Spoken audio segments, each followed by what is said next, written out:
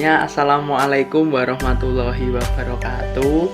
Kami dari kelompok 2 ingin mempresentasikan hasil kerja dari kelompok kami yang beranggotakan Ayu Nur Fitria Sandi dengan NIM terakhir 002, Fensya Levi Zahra dengan NIM terakhir 006, Ani Utarini dengan NIM terakhir 018, Selvi Rohmawati dengan NIM terakhir 022, Fitri Desi Rohmawati dengan NIM terakhir 027, Dedeh Wahyuni dengan NIM terakhir 035, Nana Valentina dengan NIM terakhir 036, dan saya sendiri Hanif Bayu Insyafi dengan NIM terakhir 038.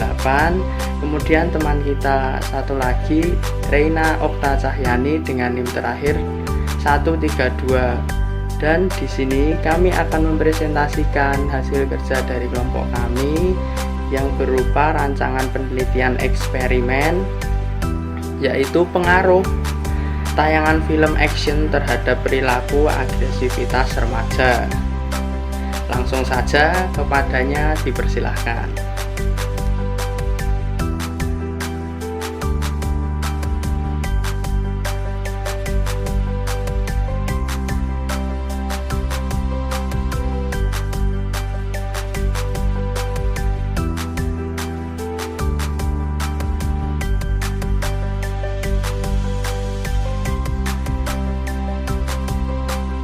Baik, Assalamualaikum warahmatullahi wabarakatuh. Perkenalkan, nama saya Ayu Nur Fitria Sandi dengan NIM 1911-41002. Di sini saya akan menjelaskan tentang latar belakang. Film merupakan salah satu media massa yang dapat menghibur dan diminati oleh banyak masyarakat. Film di Indonesia sendiri sangat berkembang dan meningkat dengan cepat. Ada berbagai macam genre. Yang pertama genre komedi, genre horor, genre action. Genre action ini yang akan kita bahas dan kita kaji dalam penelitian ini. Film action adalah film yang berisi tentang kekerasan dan biasanya yang paling banyak diminati karena aksinya yang terkadang membuat para penonton ikut merasakan ketegangannya. Namun tidak semua masyarakat dapat menonton film ini karena terdapat batasan-batasan usia. Menurut pendapat sekitar, sebuah film yang menayangkan kekerasan akan berpengaruh terhadap agresivitas masyarakat, tentunya remaja. Memang kita menonton ada batasan-batasan usia, namun seringkali banyak yang melanggar hal tersebut dan memiliki berbagai macam cara agar bisa menonton. Dengan adanya data peningkatan penonton di Indonesia, ini mengartikan tingginya minat masyarakat untuk mendapatkan hiburan dari film. Namun, film kini sudah sangat berkembang, tidak hanya berisikan hiburan semata, banyak hal-hal yang terkandung dalam film sesuai genre yang ada, salah satunya yakni tayangan kekerasan. Tayangan kekerasan di dalam film uniknya bisa meningkatkan pemasukan yang lebih menguntungkan. Hal ini disebabkan orang menganggap kekerasan itu indah dan mampu menciptakan suatu sensasi yang nikmat. Zaman sekarang, sudah banyak situs-situs web atau aplikasi yang bisa menayangkan video dan ditonton oleh kalangan yang usianya belum mencukupi untuk menonton hal tersebut. Sehingga dalam penelitian ini, untuk membuktikan apakah film action ada kaitannya terhadap perilaku agresivitas pada remaja atau tidak. Pengaruh film yang banyak mengandung unsur kekerasan sangatlah menjadi tren untuk masyarakat, terutama remaja saat ini dalam bersikap. Remaja yang masih dalam kondisi pencarian jati diri sangatlah mudah terpengaruh oleh hal-hal yang terjadi dengan kesehariannya. Salah satunya menonton film. Para remaja akan cenderung mencontoh tindakan yang dilakukan pada sebuah adegan dan secara langsung akan mempengaruhi perilaku agresivitas.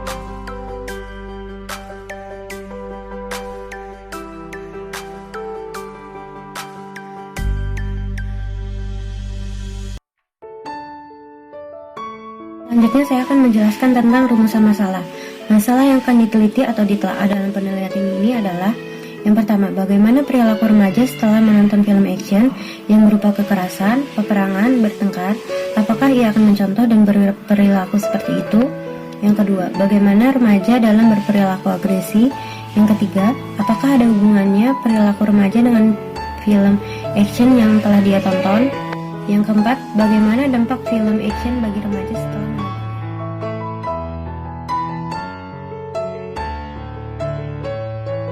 Oke teman-teman, selanjutnya kita akan membahas mengenai tujuan dari penelitian yang akan kita teliti ini. Sebenarnya apa sih tujuan penelitian kita itu?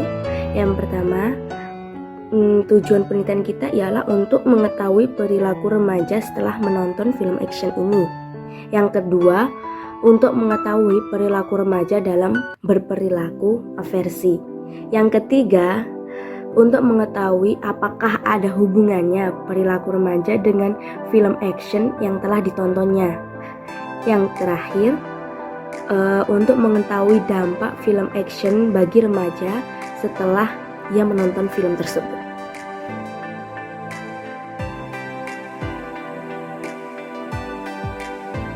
Selanjutnya kita akan membahas mengenai manfaat penelitian yang akan kita buat ini.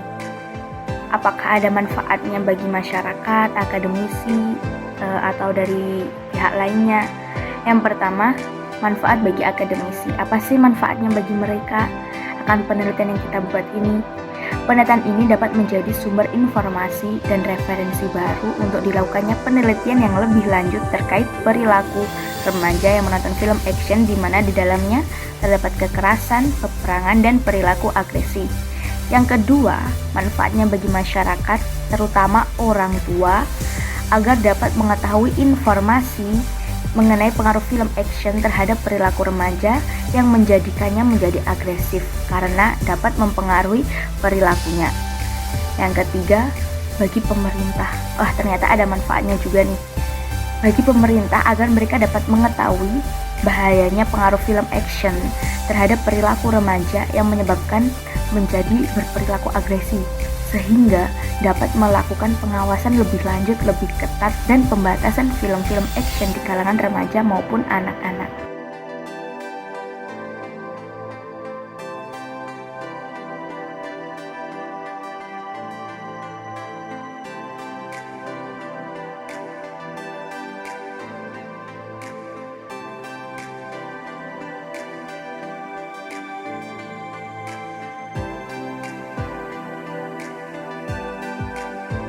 Definisi film.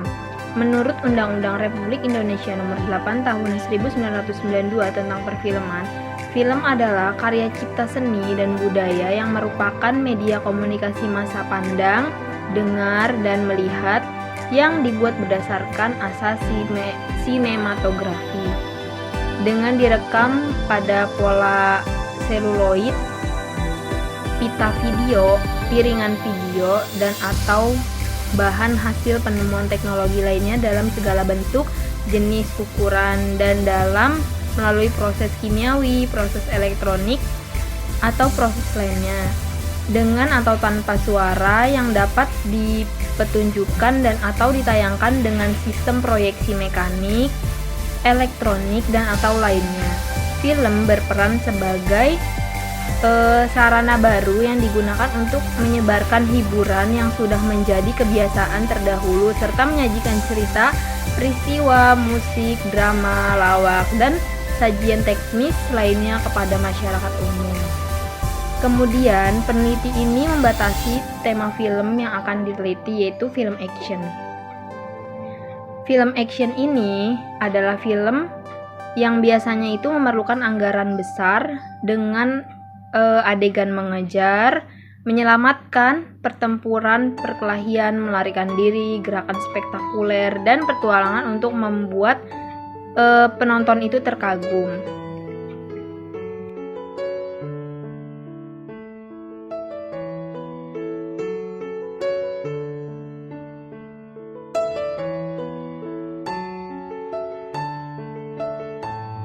Adapun genre dari film action ini bermacam-macam. Genre film action yang sering ditonton yaitu ada film perang.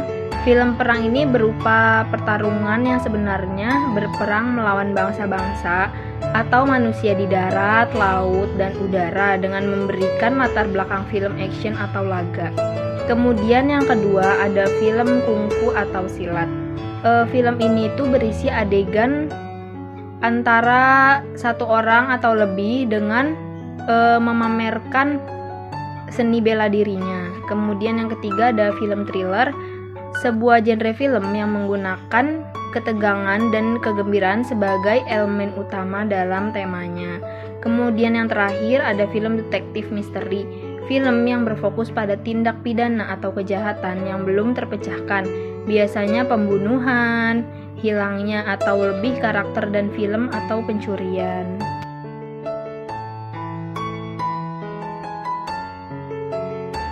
Kemudian selanjutnya ada definisi remaja.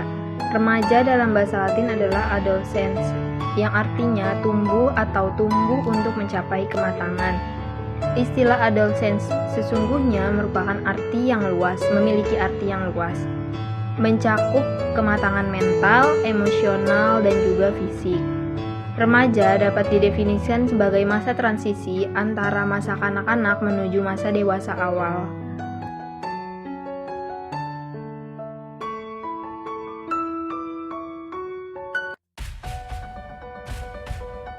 Kemudian WHO memberi definisi mengenai remaja lebih konseptual. Remaja adalah suatu masa di mana individu berkembang dari saat pertama ia menunjukkan tanda-tanda seksual sekundernya sampai saat ia mencapai kematangan seksual.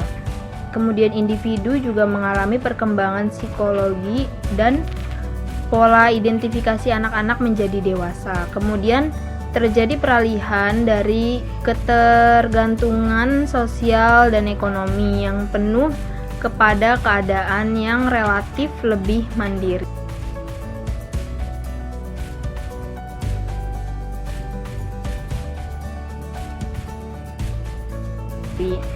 Kemudian ada pun ciri-ciri yang menonjol pada masa ini adalah individu mengalami pertumbuhan dan perkembangan yang pesat, baik fisik, emosional, dan sosialnya. Menurut Harlock tahun 1991, pada masa remaja ini ada beberapa perbedaan yang bersifat universal, yaitu meningkatnya emosi, pertumbuhan fisik, perubahan terhadap minat dan bakat, serta perubahan pola perilaku.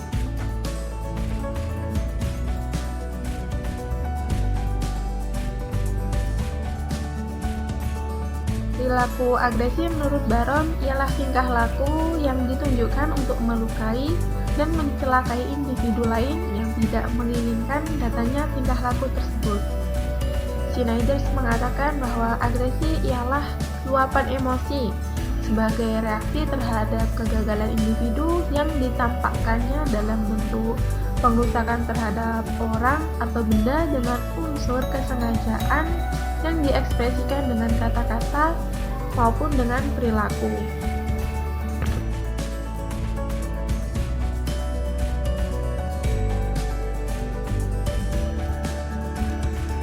Nah, menurut Koswara ini, faktor penyebab remaja berperilaku agresi itu bermacam-macam, sehingga dikelompokkan menjadi yang pertama, penyebab sosial, yaitu mencakup frustasi.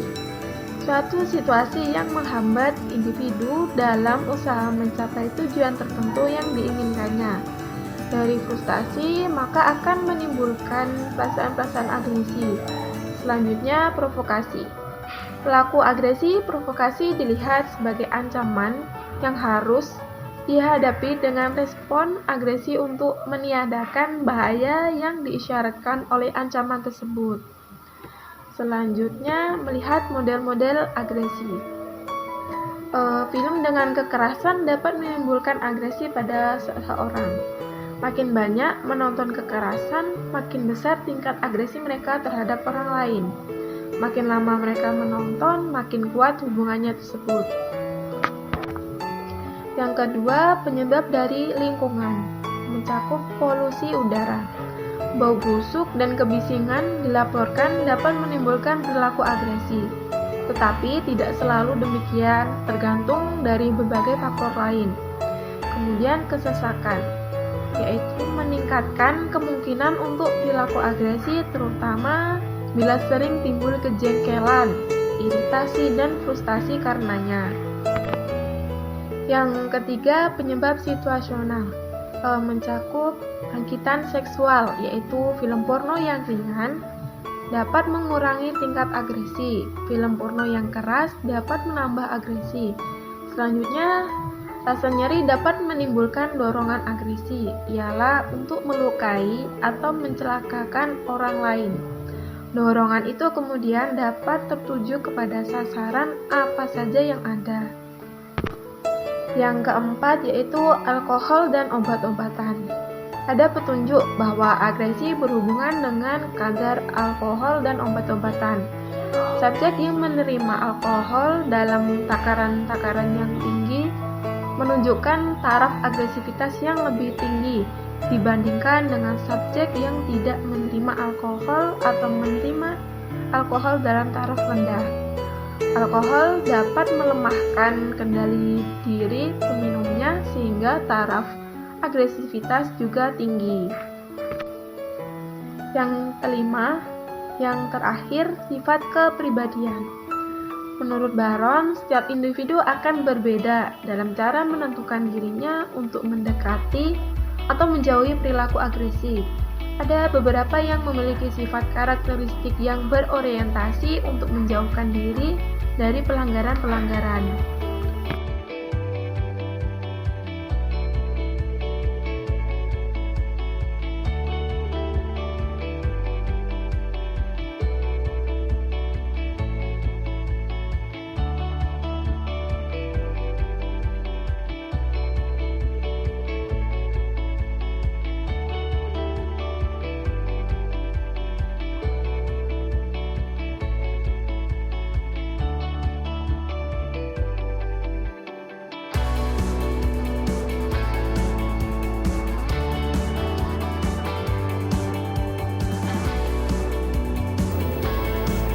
Yang pertama, di sini terdapat identitas variabel penelitian.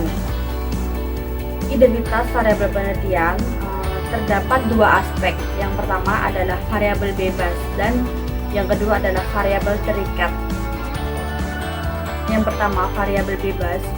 Kami memilih film action yang berjudul Mad Max Fury Road tahun 2015. Timur Tanju atau Hugh Kirschner memimpin masyarakatnya dengan sadis.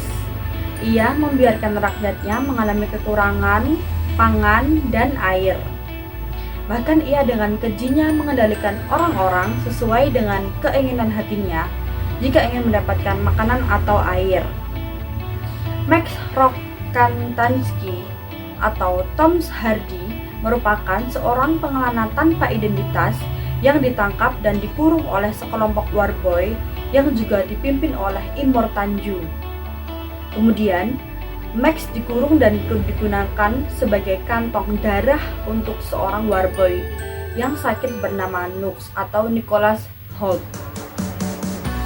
Di sisi lain, salah satu panglima warboy, Imperator Furiosa atau Charlize Theron, kabur dan mengkhianati Imor Tanju dengan membawa beberapa selir dari kerajaan yang tidak tahan akan kepemimpinan Zhou.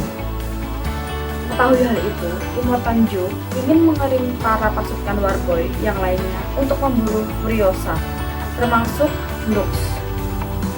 Max pun terpaksa ikut dalam misi tersebut, lantaran harus menjadi pemasok darah bagi Nux. Setelah bencana nuklir, dunia telah menjadi padang pasir dan peradaban telah runtuh. Max Rokatansky atau Tom Hardy, seorang pria yang selamat dari bencana tersebut, ditangkap oleh warboy, tentara Imor Tanju yang kejam, dan dibawa ke benteng Zhou.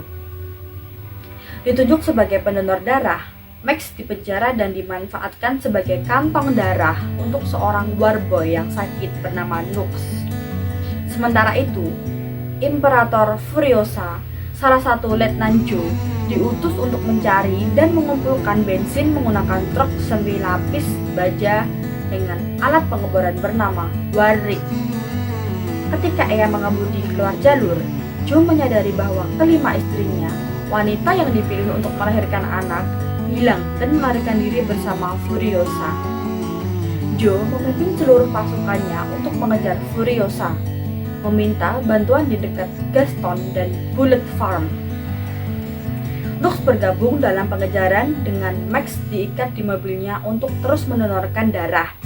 Pertarungan terjadi antara Warwick dan pasukan Zhou. Furiosa mengendarai truk melewati padang pasir, menghindari pengejarannya, kecuali Nux yang berusaha mengorbankan dirinya untuk menghancurkan truk itu. Max lolos dan menahan truk, tetapi mobilnya hancur. Setelah melewati badai, Max menemukan Furiosa serta 5 istri Joe, yaitu Capable, Cedo, Toast, the Duck, and the Splendid Angharad yang sedang hamil dari Joe, dan ia memperbaiki Warwick. Awalnya Max mencuri Warwick, tetapi tombol darurat di truk tersebut menonaktifkannya. Max terpaksa setuju untuk membiarkan Furiosa dan para istri Joe menemaninya. Nux naik ke Warwick.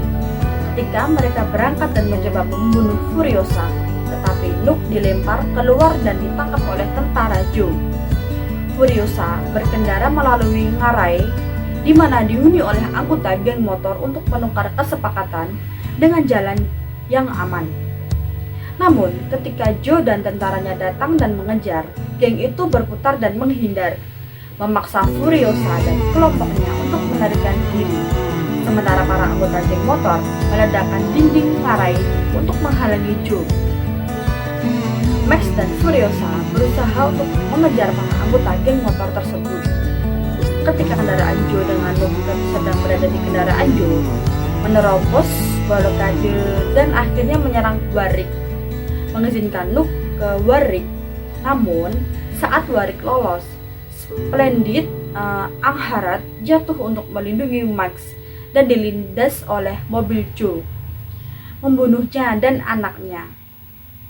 Furiosa memberitahu Max bahwa mereka melarikan diri ke tempat hijau, sebuah tanah idaman yang ia sangat ingat masa kecilnya. Capable menemukan Nux yang bingung karena kegagalannya bersembunyi di Warwick. Lalu Capable menghiburnya. Malam itu, Warwick terjebak dalam lumpur. Furiosa dan Max terlambat tentang Joe dengan ranjau, tetapi sekutu Joe, The Bullet Farmer, terus mengejar mereka. Nux membantu Max membebaskan Warwick, sementara Furiosa menembak dan membuat The Bullet Farmer buta. Max berjalan dalam kegelapan untuk menghadapi The Bullet Farmer dan anak buahnya yang kembali dengan membawa senjata dan amunisi. Kemudian, variabel yang kedua adalah variabel Y atau variabel terikat. Berkowitz juga mengatakan bahwa adegan kekerasan yang realistik atau nyata akan menghasilkan agresi di kemudian hari. Apabila adegan tersebut ditampilkan secara jelas dan hidup, sehingga menarik perhatian penuh dari para penonton.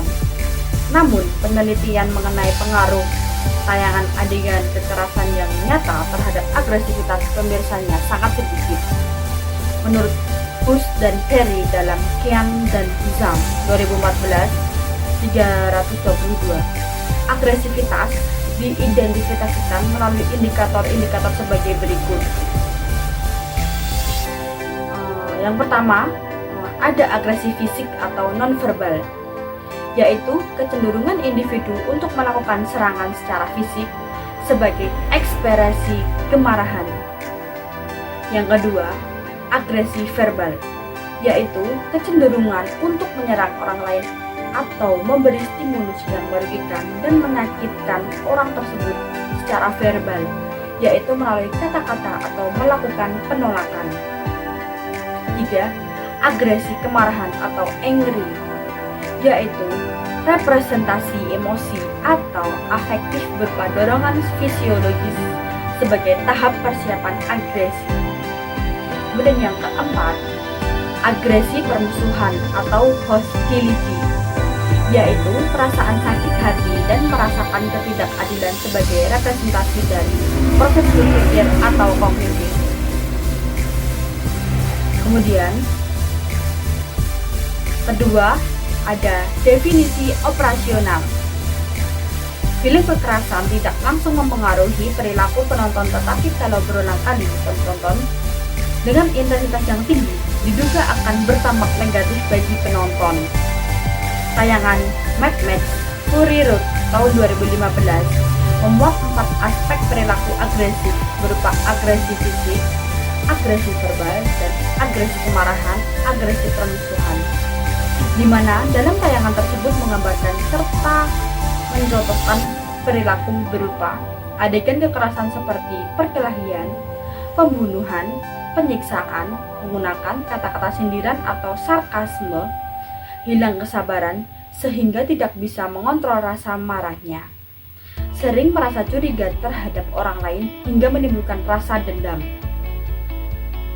Itulah tadi penjelasan dari saya. Jika ada salah dan perkataan yang tidak berkenan, saya mohon maaf.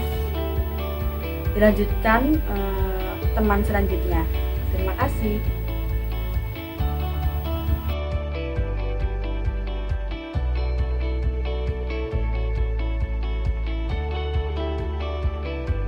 Saya akan menjelaskan tentang subjek penelitian. Jadi subjek penelitian kita ambil remaja berjumlah 40 orang dengan jenis kelamin laki-laki dan perempuan dengan usia sekitar 13-15 tahun, tingkat pendidikan SMP. Subjek diperoleh dengan teknik probability sampling, yaitu suatu teknik pengambilan contoh dari populasi di mana setiap sampel mendapatkan peluang yang sama untuk dijadikan sebagai sampel uji.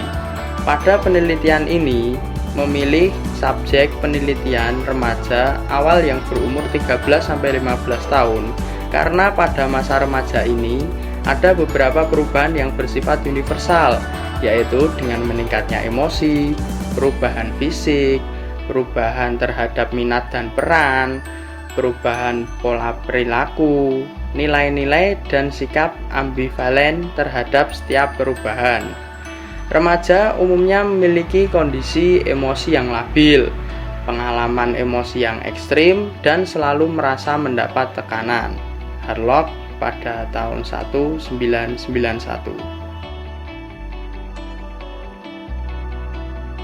Kemudian selanjutnya ada instrumen penelitian. Jadi dalam instrumen penelitian merupakan alat atau fasilitas yang digunakan peneliti dalam mengumpulkan data. Dalam penelitian ini, instrumen penelitian yang digunakan berupa lembar observasi dan wawancara. Observasi dilakukan untuk mengamati pada saat ditayangkan film action, apakah ada variabel diukur muncul. Sedangkan pada lembar wawancara akan ditanyakan beberapa pertanyaan untuk mendapatkan data yang lebih spesifik.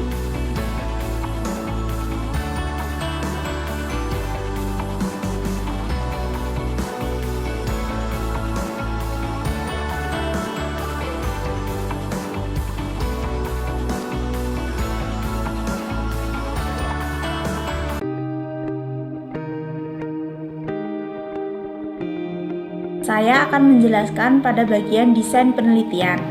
Memakai kata eksperimental untuk menunjukkan rancangan eksperimental acak atau randomized experimental design. Sedangkan rancangan yang tidak acak adalah quasi experimental design. Kedua rancangan eksperimen tersebut akan dipakai untuk mencapai kesimpulan mengenai kausalitas yang mampu diberlakukan secara umum. Eksperimen kuasi merupakan satu eksperimen yang menempatkan unit terkecil eksperimen ke dalam kelompok eksperimen dan kelompok kontrol. Dan kelompok kontrol itu tidak dilakukan secara acak atau non-random assessment. Unit terkecil dalam eksperimen psikologi biasanya adalah individu atau seseorang, misalnya siswa atau mahasiswa, di setting pendidikan, pasien di setting rumah sakit, klien di setting klinik, psikologi, dan karyawan di setting industri. Jika sebuah eksperimen melakukan penempatan secara acak individu ke kelompok eksperimen dan kontrol, maka disebut sebagai eksperimen acak. Sebaliknya, jika yang ditempatkan dalam kelompok eksperimen dan kontrol secara acak adalah unit di atas individu, misalnya kelas atau sekolah, maka dinamakan eksperimen kuasi. Sadis et al. Pada tahun 2002 mengelompokkan rancangan eksperimen kuasi menjadi 4 kelompok besar, yaitu yang pertama, rancangan tanpa kelompok kontrol atau rancangan tanpa pengukuran praperlakuan. Yang kedua, rancangan dengan kelompok kontrol atau pengukuran praperlakuan. Yang ketiga, rancangan runtut waktu atau time series design. Dan selanjutnya, rancangan diskontinuitas atau regression discontinuity design. Eksperimen kuasi adalah eksperimen yang tidak menempatkan subjek baik ke kelompok eksperimen maupun ke kelompok kontrol secara acak. Terdapat 4 tipe rancangan eksperimen kuasi. Masing-masing tipe rancangan dirinci lagi ke dalam rancangan lebih spesifik. Elemen eksperimen ada 4, yakni penempatan subjek ke kelompok eksperimen dan kontrol, pengukuran variabel dependen, kelompok pembanding, dan serta perlakuan. Terima kasih.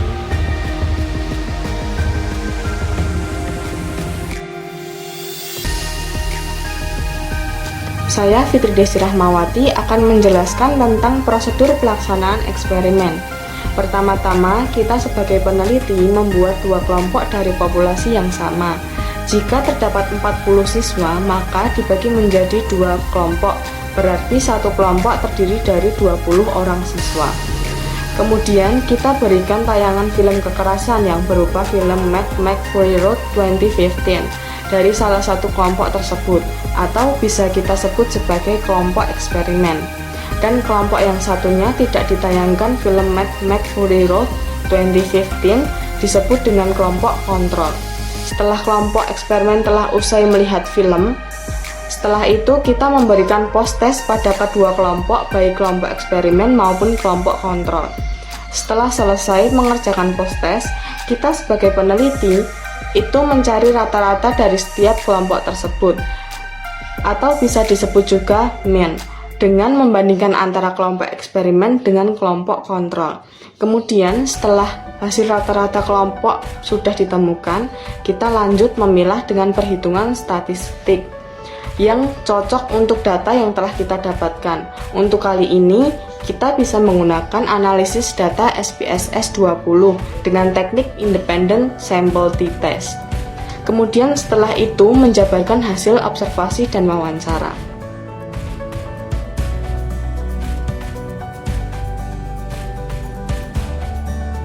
Teknik analisis data menggunakan analisis ANAVA 2 jalur, di mana ANAVA 2 jalur ini dapat mengetahui ada atau tidaknya perbedaan beberapa variabel bebas dengan variabel terikat.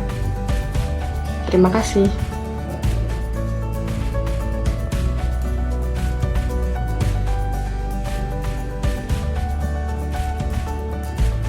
Baik, terima kasih teman-teman telah memperhatikan presentasi dari kelompok kami dari awal sampai akhir. Banyak salah kata ataupun perbuatan, kami mohon maaf sebesar-besarnya. Sekian dari kelompok kami. Wassalamualaikum warahmatullahi wabarakatuh.